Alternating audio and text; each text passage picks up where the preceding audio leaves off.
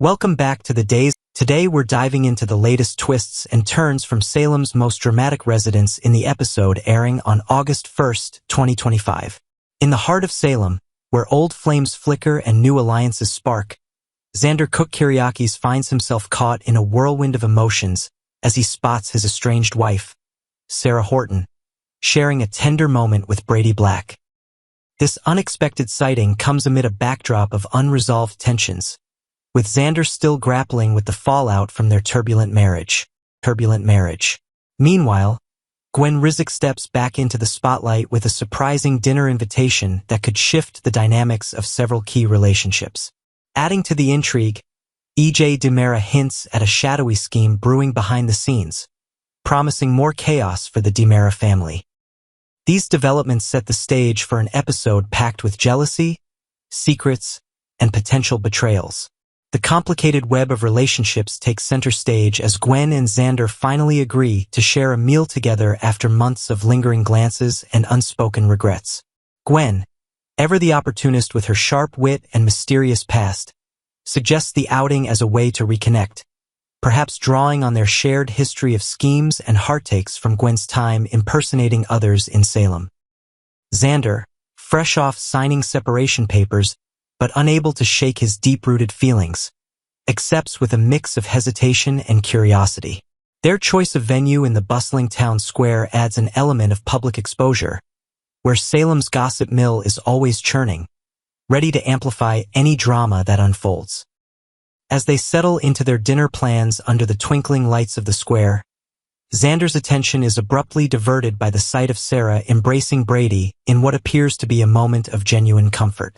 This visual stings like a fresh wound for Xander, who has always been fiercely protective of his connections, especially after the painful losses they've endured as a couple, including the heartbreaking ordeal with their daughter Victoria's health scares.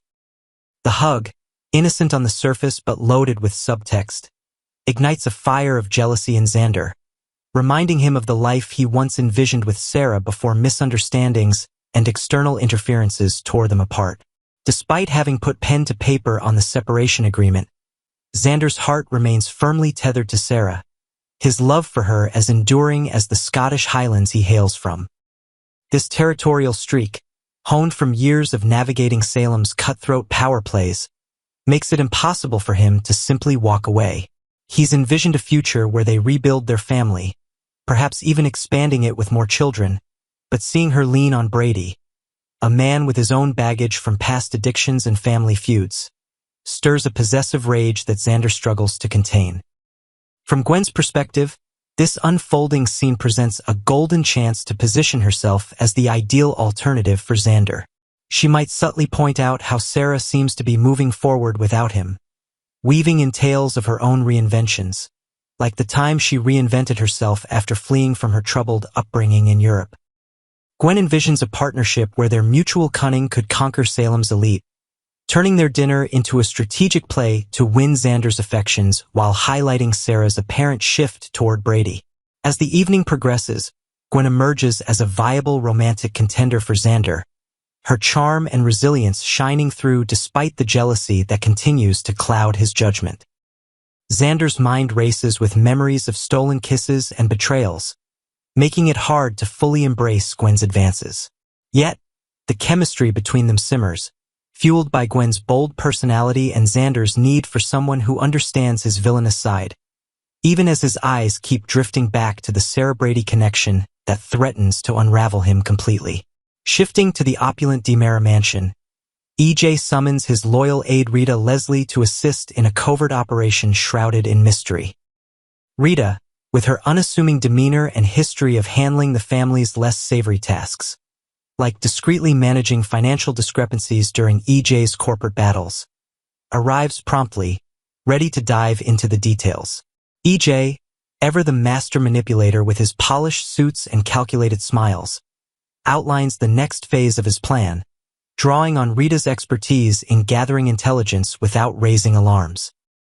Rita has always been EJ's go-to for dirty work, her loyalty forged in the fires of past DiMera scandals, including cover-ups that kept the family empire intact. She provides crucial updates on potential threats, perhaps including whispers from underground contacts about rival families eyeing DiMera assets, and accepts fresh directives that could involve surveillance or subtle sabotage. Her efficiency ensures EJ's schemes remain under wraps, allowing him to maintain his facade of respectability in Salem society. Later in the episode, Gwen makes an appearance at the mansion, confronting EJ with pointed questions that peel back layers of his enigmatic agenda. Viewers catch glimpses of EJ's grand design through cryptic dialogues, hinting at a plot involving corporate takeovers or personal vendettas that tie back to his tumultuous history with Sammy Brady and the ongoing family rivalries.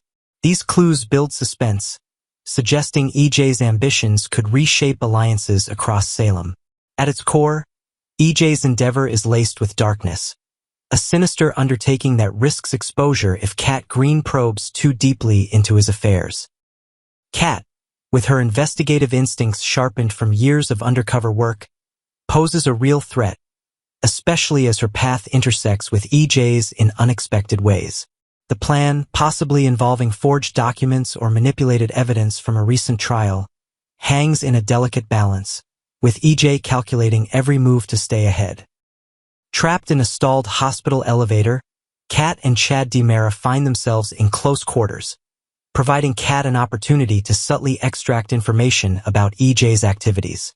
The confined space heightens the tension, with flickering lights and the hum of stalled machinery amplifying their conversation. Chad, still processing his own family losses like the presumed death of Abigail, might open up about DiMera's secrets, unaware of Kat's hidden motives tied to her sister's disappearance years ago. Amid the claustrophobia, Kat and Chad's interaction could foster a deeper connection, complicating their already tangled relationship. Shared stories of resilience, Chad's rise from street life to DiMera air, and Kat's battles with personal demons, might spark an unlikely bond, blurring lines between friendship and something more, even as external pressures from Salem's ongoing dramas press in. Turning to another storyline, Rachel Black faces an intense interrogation from Marlena Evans, the esteemed psychiatrist known for unraveling Salem's deepest psychological knots. Marlena's gentle yet probing style draws out details from Rachel, who has been exhibiting signs of distress, like unexplained nightmares about shadowy figures in the night. This questioning ties directly to an ongoing murder trial that's gripped the town, with Rachel's potential involvement adding layers of intrigue. Speculation swirls around Rachel's possible guilt, perhaps stemming from overheard family arguments or a child's impulsive reaction to perceived threats against her loved ones. Hints emerge that Rachel might have been the one to fire the shot that targeted EJ, a shocking twist considering her young age and the protective bubble her parents, Kristen and Brady, have tried to maintain. If true, it could stem from a misguided attempt to defend her family, echoing the dramatic impulses that run deep in the Black lineage. Should Rachel's actions come to light, Marlena could connect the dots, piecing together timelines and motives from her sessions with other Salem residents. This revelation would force Marlena to navigate ethical dilemmas, balancing her role as a therapist with the need to protect the innocent. The episode leaves Marlena with much to ponder after her talk with Rachel, as spoilers indicate a wave of reflections on family loyalty and the consequences of hidden truths. Stay tuned for more revelations that could upend Salem's fragile peace, with relationships tested and secrets poised to explode. Next, welcome back to Days of Our Lives channel.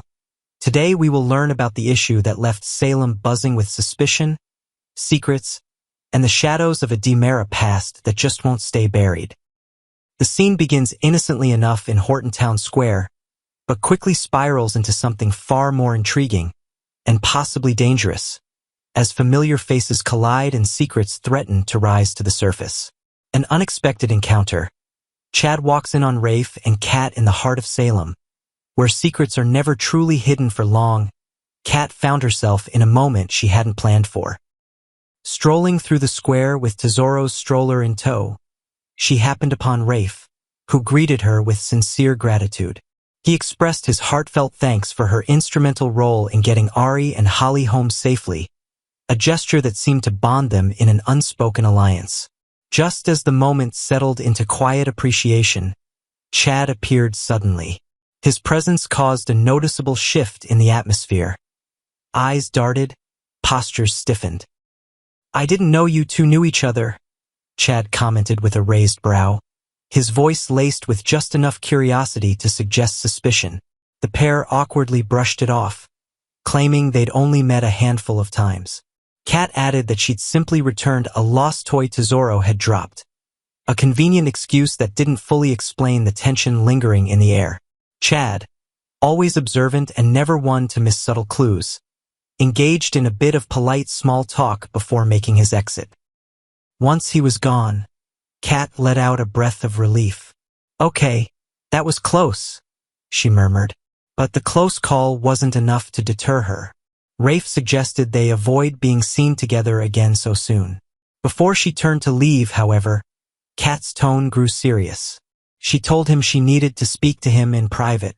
There was something she couldn't risk discussing in public. Behind closed doors. Secrets begin to unravel. Kat and Rafe met later at the police station, behind the safety of closed doors in Rafe's office. She couldn't hide her frustration. "We were lucky Chad only raised an eyebrow," she snapped. Rafe agreed but saw a silver lining. "At least now people know we know each other. If we're seen again, it won't look suspicious." Kat moved quickly to the real reason she needed this private audience. Her voice was low, deliberate. She confessed that her position at the hospital had become increasingly difficult to maintain.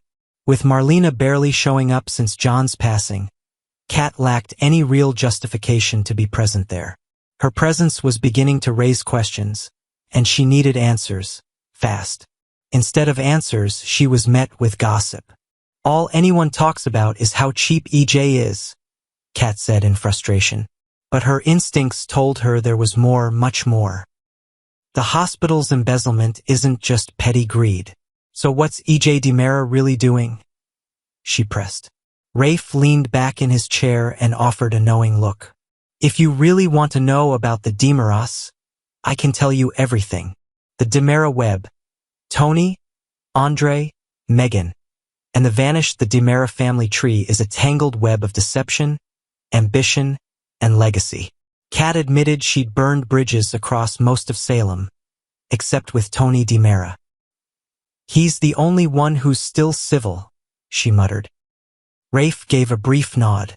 "Tony's one of the good ones, at least compared to the rest. Andre, a psychopath with charm. Megan, she vanished in a submarine, typical DiMera fashion. Dimitri, he vanished like a ghost, off the grid entirely. And then, Kat asked the question that changed everything. "What about Stefano?" Rafe scoffed lightly. "He'd be older than Methuselah if he were alive." But Kat wasn't laughing. She leaned forward, her voice suddenly trembling. "But what if he found a way?" She mentioned the chip, the infamous brain-altering device that once held Stefano's consciousness. Rafe assured her that it had been destroyed, but Kat wasn't buying it. And what if there was a backup? Someone like Stefano wouldn't rely on just one chip. Her tone turned grave. "People say he's dead, but this is Salem. People come back all the time. There's a reason they called him the Phoenix. The Phoenix never truly dies." The mention of Stefano brought a hush over the conversation. Even Rafe, grounded as he was in law enforcement and reason, had to admit there was always that nagging fear in the back of his mind. Stefano DiMera had defied death more than once. His legacy had seeped into every crevice of Salem's history. The idea that he could return, again, wasn't as far-fetched as logic would dictate. "Look," Rafe said cautiously. "The last we saw of him, he was inhabiting Steve's body. When that chip was destroyed, everyone breathed a sigh of relief. But if there's even a possibility he backed up his consciousness somewhere else." Kat finished his sentence. "Then Salem is in danger again. A new war on the horizon." Rafe admitted that surveillance over DiMera Enterprises had been lax lately, especially with all the recent chaos in Salem. If EJ is up to something, embezzlement, secret research, or even experimental science, he's been keeping it well hidden. But what if he's not working alone? What if someone else is orchestrating something far more sinister behind the scenes? Kat proposed a theory, one so wild it chilled the room. What if EJ is trying to bring Stefano back? Not just metaphorically, literally. Maybe the embezzlement wasn't about money. Maybe it was about funding something darker. A scientific resurrection, a cloning project, or even a chip version 2.0. Rafe initially dismissed the idea but quickly fell silent. It wasn't the first time something insane had become real in Salem. We need to look into this. Quietly, he said. If there's a new phoenix rising, we'll have to stop him before he even gets off the ground. Kat's risky return to the hospital later that evening. Kat made a bold decision. She returned to the hospital. Not as an employee, but as an investigator in disguise. She revisited the research wing, peering into records that had supposedly been sealed. Among the files, she found strange discrepancies, fictitious patient names, inconsistent pharmaceutical orders, and oddly titled invoices sent to a lab located outside Salem's jurisdiction. She photographed everything and sent the data to Rafe. "There's something real here," she texted. "This isn't just paranoia." Rafe responded instantly, "Stay out of sight. I'll set up surveillance on the lab." The legacy lives on as Salem prepares for whatever storm is coming. Kat and Rafe know they're standing at the edge of something huge. The past refuses to stay buried. The DiMera name still inspires fear, and the shadows left behind by Stefano are darker and more mysterious than ever. With EJ at the center of suspicion, and the legacy of the Phoenix possibly returning in a new, terrifying form, it's only a matter of time before the entire town feels the heat of what's to come. Stay tuned, Salem. This is only the beginning.